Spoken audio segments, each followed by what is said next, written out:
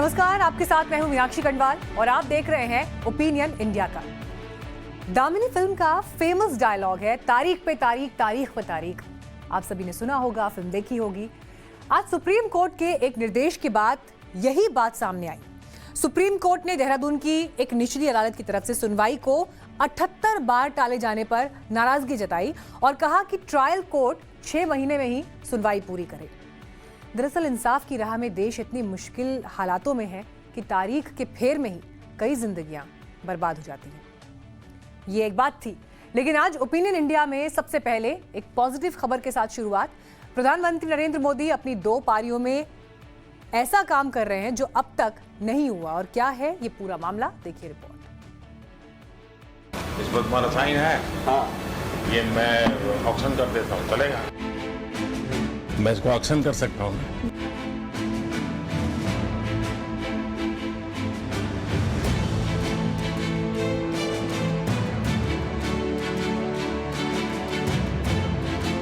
Olympic में gold medal जीतने वाले नीरज चोपड़ा का यह गोल्डन जेवलिन अब बिकने को तैयार है और इसकी कीमत रखी गई थी 1 करोड़ रुपए, जबकि पहले ही दिन इसकी बोली 1.5 करोड़ रुपए पार कर चुकी है।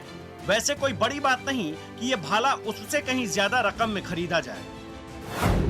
इसी तरह पैरालंपिक खेलों में सिल्वर मेडल जीतने वाले नोएडा के डीएम सुहास ने प्रधानमंत्री को जो बैडमिंटन रैकेट उपहार में दिया था, उसकी भी बोली 10 करोड़ रुपए लग चुकी है। बॉक्सर लवलीना बोरगोहेन के ग्लव्स की बोली भी 2 करोड़ के पार हो चुकी है। ये शुरुआत भर है। पीएम मोदी को मिले ये तोहफे करोड़ों में बिक सकते हैं। दरअसल पीएम मोदी के 71वें जन्मदिन के मौके पर मिनिस्ट्री ऑफ कल्चर पीएम को मिले उपहारों का ऑनलाइन ऑक्शन कर रही है। ऑनलाइन ऑक्शन 17 सितंबर से 7 अक्टूबर तक चलेगा। इस ऑक्शन में करीब 1300 आइटम होंगे। इनमें नीरज चोपड़ा का जेवेलिन, नोएडा के डीएम सुहास का बैडमिंटन रैकेट, लवलीना के ग्लव्स के अलावा कई और ओलंपिक और पैरालंपिक खिलाड़ियों के दिए उपहार शामिल हैं। पैरालंपिक खेलों में भारत के लिए गोल्ड जीतने वाले सुमित अंतिल के जेवलिन का बेस प्राइस 1 करोड़ रुपए रखा गया है। ई ऑक्शन में पैरालंपिक खेलों में गोल्ड और ब्रॉन्ज जीतने वाली शूटर अवनी लेखरा की साइन की हुई टी शर्ट भी शामिल है। ओलंपिक में कांस्य पदक जीतने वाली हॉकी टीम की स्टिक का बेस प्राइस 80 लाख रुपए रखा गया है। पैरालंपिक खेलों में गोल्ड मेडल जीतने वाले बैडमिंटन खिलाड़ी कृष्णा नागर के हस्ताक्षर किए हुए रैकेट का बेस प्राइस 80 लाख रुपए रखा गया है। इन गिफ्ट्स में यूपी के मुख्यमंत्री योगी आदित्यनाथ का दिया हुआ राम मंदिर मॉडल भी है। राम मंदिर मॉडल का बेस प्राइस 10 लाख रुपया है। प्रधानमंत्री मोदी को मिले उपहारों की ऑनलाइन नीलामी से जो पैसे मिलेंगे उसे नमामि गंगे मिशन में दान दिया जाएगा। उम्मीद है कि सरकार को इस नीलामी से करोड़ों रुपए मिलने वाले हैं। ये पहली बार नहीं है जब पीएम मोदी को मिले उपहारों की नीलामी हो रही है। 2019 में प्रधानमंत्री मोदी को पहली सरकार में जो उपहार और स्मृति चिन्ह मिले थे, उसकी भी नीलामी हुई थी। इससे सरकार को 15 करोड़ 13 लाख रुपए मिले थे। इस रकम को भी नमामि गंगे मिशन को दान की गई थी। सवाल यह है कि क्या देश में मोदी से पहले किसी प्रधानमंत्री ने ऐसा किया? दिसंबर 2019 में तब के संस्कृति और पर्यटन मंत्री प्रहलाद सिंह पटेल ने एक प्रश्न के लिखित उत्तर में राज्यसभा को जानकारी दी थी कि प्रधानमंत्री कार्यालय और विदेश मंत्रालय के पास उपलब्ध अभिलेखों के अनुसार वर्ष 2014 से पहले आयोजित नीलामियों का कोई विवरण नहीं मिला है। मतलब ये कि मोदी से पहले इस तरह की पहल नहीं हुई। मनमोहन सिंह 2 बार लगातार 10 साल तक प्रधानमंत्री रहे। इस दौरान उन्हें देश और विदेश से कुल 101 उपहार मिले। इनमें सबसे कीमती गिफ्ट की कीमत करीब 35,000 रुपए थी। गौर करने वाली बात यह है कि ये एक लेडीज घड़ी थी। लेकिन मनमोहन सरकार में प्रधानमंत्री को मिले उपहारों की कोई नीलामी हुई हो, इसकी जानकारी कहीं नहीं है। तो यही अंतर है मोदी और दूसरे नेताओं में। मोदी का विरोध अपनी जगह, लेकिन उन्हें कुछ मामलों में क्रेडिट देना होगा, खासकर उन मामलों में जो एकदम अलग और अप्रत्याशित होते हैं। प्रधानमंत्री को मिले उपहारों की नीलामी और उस नीलामी से मिली रकम को बेहतर काम में लगाने की योजना भी इसी तरह का शानदार उदाहरण है। Amit Kumar, Delhi, times now Navbharat. प्रधानमंत्री मोदी का उपहारों की नीलामी से मिली रकम का नमामि गंगे परियोजना में दान देने का क्या मतलब है? इसे लेकर मैं आपको आज एक छोटा सा किस्सा सुनाती हूँ। आंध्र केसरी के रूप में मशहूर आंध्र प्रदेश के एक बड़े कांग्रेसी नेता थे टी प्रकाशन। उन्हें 1940 के दशक में कई बार लोगों, बार एसोसिएशन और बड़े शहरों के मर्चेंट्स चैम्बर्स की तरफ से तोहफे मिले, गिफ्ट्स मिले। उन्हें गिफ्ट मिलने की घटनाओं पर वल्लभ भाई पटेल ने उन्हें 1946 में एक पत्र लिखा और पूछा कि उन्होंने उपहार में मिली रकम को पार्टी कोष में जमा करा दिया है।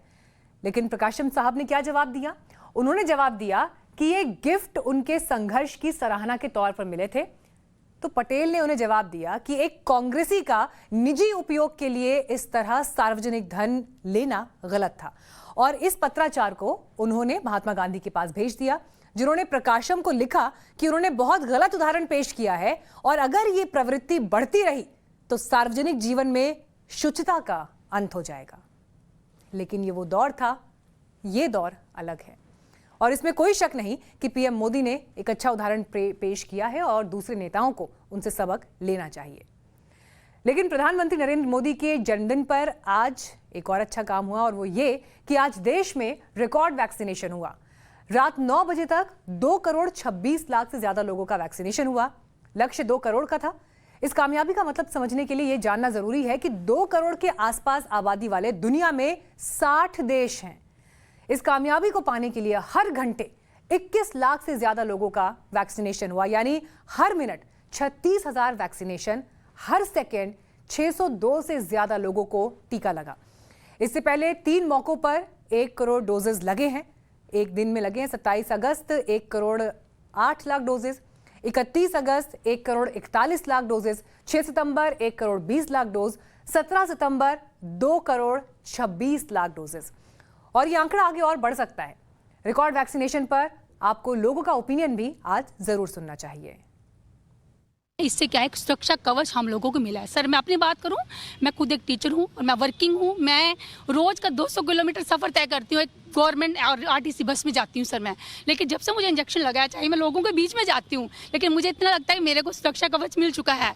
महसूस हो ही रहा है क्योंकि एक तरफ से ये जो त्यौहार होता है, जान बचाने का त्यौहार होता है और शायद हम लोगों ने इस कार्य को करते हुए हम लोगों ने कुछ उपलब्धियां हासिल की हैं, तो ऑब्वियसली ये हम लोगों के लिए एक प्राउड मोमेंट है। लोगों में अब वो डर नहीं है जो पहले हुआ नहीं, अब बिल्कुल डर नहीं है। पहले लोगों में डर होता था कि कोई नुकसान ना हो जाए, ऐसा वैसा। अभी कुछ नहीं, आराम से ले रहे हैं सब। Will congratulate all the frontline workers and honorable PM sir to they are working tirelessly. Vaccination इतने हार्ड समय में और इतने डिफिकल्ट इलाके में इतनी 2 करोड़ से ज़्यादा कर दी है। बहुत शुक्रिया। जिस हिसाब की डिलीवरीज हुई हैं, जिस सिस्टम पे हम खुद बिलीव नहीं करते थे, हम कहते थे अमेरिका जाओ, जम्मू से आप पंजाब चले जाओ, जहाँ पे लाइट की कमी हो, जहाँ जनरेटर्स नहीं थे, जहाँ कोल्ड चेन नहीं था, वहाँ आज के डेट में 2.5 करोड़ इंजेक्शन लगाना या 2.25 करोड़ इंजेक्शन लगाना, उस पूरे मैन पावर को साथ में अलाइन करना, इतना प्रेरणा, इतनी मोटिवेशन देना जिसमें लोग बिलीव करते हो, ये शायद आज के जो प्रधानमंत्री है अभी तक हमने भी अपनी लाइफ में देखा नहीं। तो 2 करोड़ 24 लाख का ये आप नंबर देख रहे थे, लेकिन गिनती अपडेट हो रही है। जो वैक्सीनेशन 2 करोड़ 26 लाख तक जा पहुंचा है। एक दिन में रिकॉर्ड वैक्सीनेशन का रिकॉर्ड अभी चीन के पास है। कुछ देर में पता चल जाएगा कि क्या भारत इस रिकॉर्ड को तोड़ पाता है या नहीं। वैसे जरूरी यह है कि वैक्सीनेशन की तेज रफ्तार किसी एक खास दिन की मोहताज ना हो। सरकार का लक्ष्य है कि 31 दिसंबर तक देश में 18 साल से ऊपर सभी लोगों को वैक्सीन लग जाए। प्रधानमंत्री मोदी का जन्मदिन है और इस मौके पर बीजेपी ने देश भर में तमाम आयोजन किए। रिकॉर्ड वैक्सीनेशन हुआ, जनसेवा के लिए अभियान चलाया गया। लेकिन कांग्रेस पार्टी ने प्रधानमंत्री के जन्म दिवस को बेरोजगारी दिवस के रूप में मनाया। देश भर में विरोध प्रदर्शन हुआ। तो पहले इन तमाम कार्यक्रमों पर एक रिपोर्ट और फिर बात होगी बेरोजगारी के इतिहास की।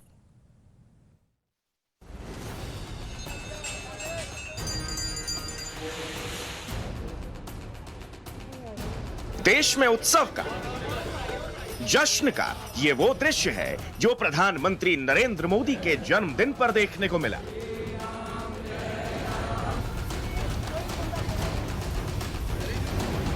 विरोध का ये सुर भी प्रधानमंत्री के बर्थडे पर सुनाई पड़ा।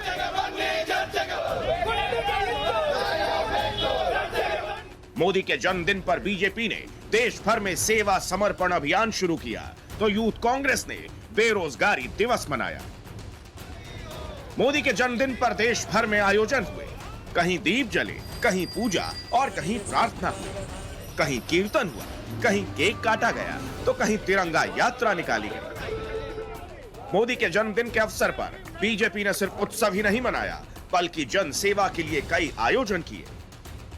देश में एक दिन में वैक्सीनेशन का नया रिकॉर्ड बन गया। एक दिन में 2 करोड़ से ज्यादा टीके लगे। बीजेपी ने देश भर में सेवा और समर्पण अभियान आरंभ किया जो 7 अक्टूबर तक चलेगा। इस दौरान देश भर में रक्तदान, वैक्सीनेशन, गरीब लोगों को राशन बांटने जैसे जनसेवा के काम होंगे।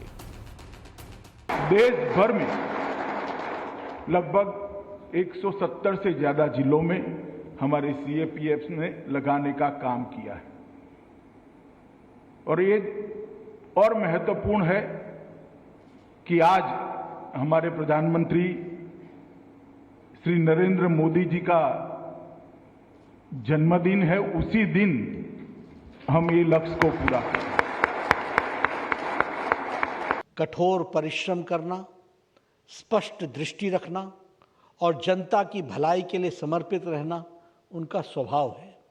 उनसे हम सबको देश के लिए सतत कार्य करने और करते रहने की प्रेरणा मिलती है। उनके नेतृत्व में देश विकास के पथ पर अग्रसर है। विश्व पटल पर भी भारत की साख में अभूतपूर्व वृद्धि हुई है। हमारे प्रधानमंत्री जी ने देश की राजनीतिक कार्य संस्कृति को बदल कर रख दिया है। आज उनके नेतृत्व में जातिवाद, परिवारवाद और तुष्टीकरण की राजनीति की जगह विकासवाद की राजनीतिक संस्कृति प्रतिष्ठित हुई है। मोदी के जन्मदिन को कांग्रेस ने बेरोजगारी दिवस के रूप में मनाया। देश के बड़े शहरों में यूथ कांग्रेस और एनएसयूआई बेरोजगारी के मुद्दों को लेकर सड़कों पर उतरी। मार्च निकालकर मोदी सरकार को घेरने की कोशिश की गई। देश का युवा को रोजगार देना चाहिए और जब तक नहीं देगा तब तक लड़ने का काम करेंगे और सरकार कहीं ना कहीं बहुत बड़ी लेवल पे इस देश का युवा के साथ विश्वासघात करने का काम किया है। तो जन्मदिन का उत्सव हो या जन्मदिन पर ही विरोध प्रतीकात्मक राजनीति के ये बिंब सिर्फ तस्वीर गढ़ने के लिए नहीं है। दरअसल बीजेपी ने पीएम के जन्मदिन से 7 अक्टूबर तक सेवा समर्पण अभियान संचालित कर अपने करोड़ों कार्यकर्ताओं को सक्रिय कर दिया है और इस सक्रियता का सीधा मतलब है लोगों से संवाद और पार्टी इस संवाद का प्रतिफल 5 राज्यों के चुनाव से पहले मतदाताओं के बीच बढ़े भरोसे के रूप में देखना चाहती है। कांग्रेस की राजनीति लाखों बेरोजगारों के दर्द के आसरे बीजेपी को आईना दिखाने की भले ही रही, लेकिन सच ये भी है कि पार्टी मीडिया में बीजेपी के उत्सव के बरक्स अपने विरोध को सामने रखना चाहती है ताकि बीजेपी एक तरफा प्रचार ना पा सके। बहरहाल सरकार की तरफ से सेवा समर्पण के कैंपेन हो या फिर सरकार की कमियों का विरोध करने वाली ऑपोजिशन की नीति 1-2 दिन नहीं बल्कि सतत चलनी चाहिए ताकि जनता में भरोसा जगे कि सरकार भी हमारी है और ऑपोजिशन भी हमारा। रंजीता झा और कुंदन सिंह के साथ अमित कुमार, टाइम्स नाउ नवभारत, दिल्ली। इसमें कोई दो राय नहीं कि बेरोजगारी सबसे बड़ी समस्याओं में से एक है। कोविड के बाद तो हालात बिगड़े हैं ही और आंकड़े कहते हैं कि इस वक्त देश में बेरोजगारी 7.5% के करीब है, जो बीते कई सालों में सबसे ज्यादा है। जाहिर है ये मुद्दा है और ऐसे में कांग्रेस ने आज पीएम मोदी के जन्मदिन के मौके पर राष्ट्रीय बेरोजगार दिवस #ट्रेंड कराया और इस हैशटैग पर तमाम ट्वीट्स भी दिखाई दिए। सोशल मीडिया पर विरोधियों ने आज बेरोजगारी को लेकर लाखों ट्वीट किए। कई हैशटैग ट्रेंड भी हुए जिनकी आपको हम झलक भी दिखा रहे हैं। राहुल गांधी का ट्वीट आप देख रहे हैं, #राष्ट्रीय बेरोजगारी दिवस, #नेशनल एम्प्लॉयमेंट डे और इसी पर एक के बाद एक कई कांग्रेस नेताओं ने भी ट्वीट किए। ये आप श्रीनिवास जी का ट्वीट यहां पर देख रहे हैं। विरोध करते करते कांग्रेसी नेता ये भी कह गए कि चाचा नेहरू का जन्मदिन चिल्ड्रंस डे के रूप में मनाया जाता है और पीएम मोदी का जन्मदिन राष्ट्रीय बेरोजगारी दिवस के रूप में। बेरोजगारी संकट है, इसमें शक नहीं, लेकिन सवाल यह है कि क्या यह संकट 4-6 साल में पैदा हुआ है? इतिहास क्या है इसका? प्रधानमंत्री नेहरू के दौर में 1956 से 1972 तक बेरोजगारी दर 2.6% से बढ़कर 3.8 हो गई थी। हालांकि इस बीच नेहरू जी का निधन 1967 में हो गया था। इंदिरा गांधी का दौर आते आते बेरोजगारी का हाल क्या था, अब आप ये भी समझ लीजिए। 1973-74 का आर्थिक सर्वे बेरोजगारी की ऊंची दर पर कहा गया। एम्प्लॉयमेंट एक्सचेंज के लाइव रजिस्टर के मुताबिक नौकरी ढूंढने वालों की संख्या जून 1972 के अंत तक 56,88,000 थी, जो जून 1973 में 75,96,000 तक पहुंच गई। ये साल भर में 33.5% की बढ़ोतरी थी। पढ़े लिखे बेरोजगारों की संख्या जून 1973 तक के एक साल में 26,11,000 से बढ़कर 35,29,000 हो गई और ये 35% की बढ़ोतरी थी। सर्वे में यह भी लिखा गया था कि आर्थिक विकास से पर्याप्त संख्या में रोजगार के मौके नहीं बन रहे, जो हमारी सबसे बड़ी चिंता है। पढ़े लिखे बेरोजगारों की संख्या इस साल तेजी से बढ़ी है। इसका हमें खास तौर पर अफसोस है, क्योंकि उनकी शिक्षा पर जो पैसा खर्च किया गया, ये उसकी भी बर्बादी है। मतलब बेरोजगारी की समस्या से निपटना कभी आसान नहीं रहा है। एनएसएसओ के आंकड़ों की अगर आप माने तो 1977 में बेरोजगारी दर 9% तक चली गई थी, 9%, जो नरसिंह राव सरकार में 1993-94 में 5.1% थी। अटल सरकार में औसतन 5.1% रही, जबकि मनमोहन सिंह सरकार में 2011-12 में औसतन 4.1% रही। इसके बाद बेरोजगारी नापने का तरीका कुछ बदला, पैरामीटर्स कुछ बदले, लेकिन मसला सिर्फ आंकड़ों का नहीं है। मसला बेरोजगारी के मुद्दे को गंभीरता से लेने का भी है, और सच यही है कि किसी सरकार ने इस मुद्दे को उतनी गंभीरता से नहीं लिया जितना कि लिया जाना चाहिए था। और कोविड के दौर में तो हाल ऐसे खराब हुए कि पूरी दुनिया में आलम यह है कि कोविड के दौरान अमेरिका में बेरोजगारी भत्ता मांगने वालों की साप्ताहिक संख्या 8,61,000 पार कर गई, जो 7 लाख से ऊपर नहीं गई थी। यहां तक कि 2008-2009 के ग्रेट रिसेशन के दौरान भी इसमें कभी इतनी बढ़ोतरी नहीं देखी गई थी।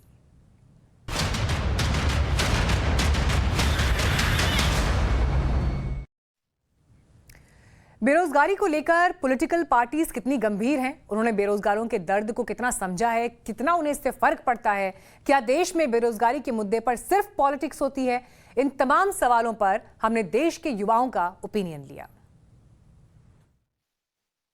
हम युवाओं को वो नौकरी दिख नहीं रही है। वो नौकरी है तो वो संविदा वाली नौकरी है, वो नौकरी है तो अगर कहीं कौशल विकास योजना में कोई रजिस्ट्रेशन कर रहा है तो वो करे। जितनी भी राजनीतिक पार्टियां हैं, सिर्फ जो है ये इनके चुनावी चौचले होते हैं। सरकार बिल्कुल भी गंभीर नहीं है। सरकार देख लीजिए, आए दिन में बेरोजगारी इतनी चरम स्तर पे, पेट्रोल का दाम देख लीजिए, सरसों का तेल का दाम देख लीजिए। सरकारें केवल शिलान्यास करने में परेशान है, चाहे पिछली गवर्नमेंट थी चाहे ये गवर्नमेंट थी। हमारे हिसाब से विपक्ष हो चाहे पक्ष हो, दोनों इस मुद्दे को लेकर राजनीति ही कर रहे हैं।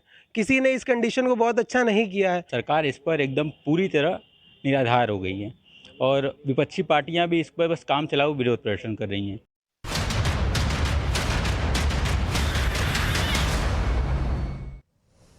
क्या बेरोजगारी का मुद्दा राजनीतिक पार्टियों के लिए महज चुनावी मुद्दा बनकर रह गया है? क्या ये वोट खींचने का एक तरीका मात्र है?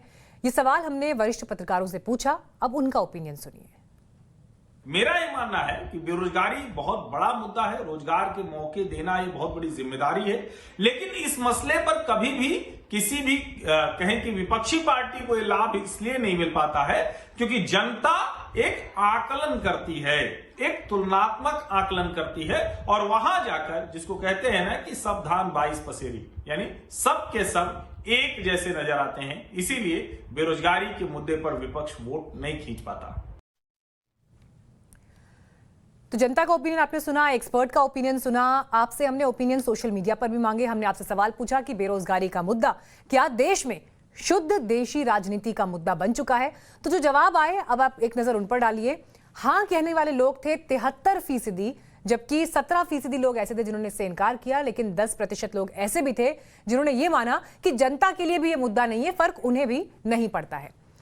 बेरोजगारी का मुद्दा बड़ा व्यापक है, इसका एक तार लचर शिक्षा व्यवस्था से जुड़ता है, तो दूसरा अवसरों की उपलब्धता से, और तीसरा लचर सरकारी नीतियों से, तो चौथा राजनेताओं की जिजीविषा से, और पांचवा आम लोगों की इस मुद्दे को लेकर सोच क्या है।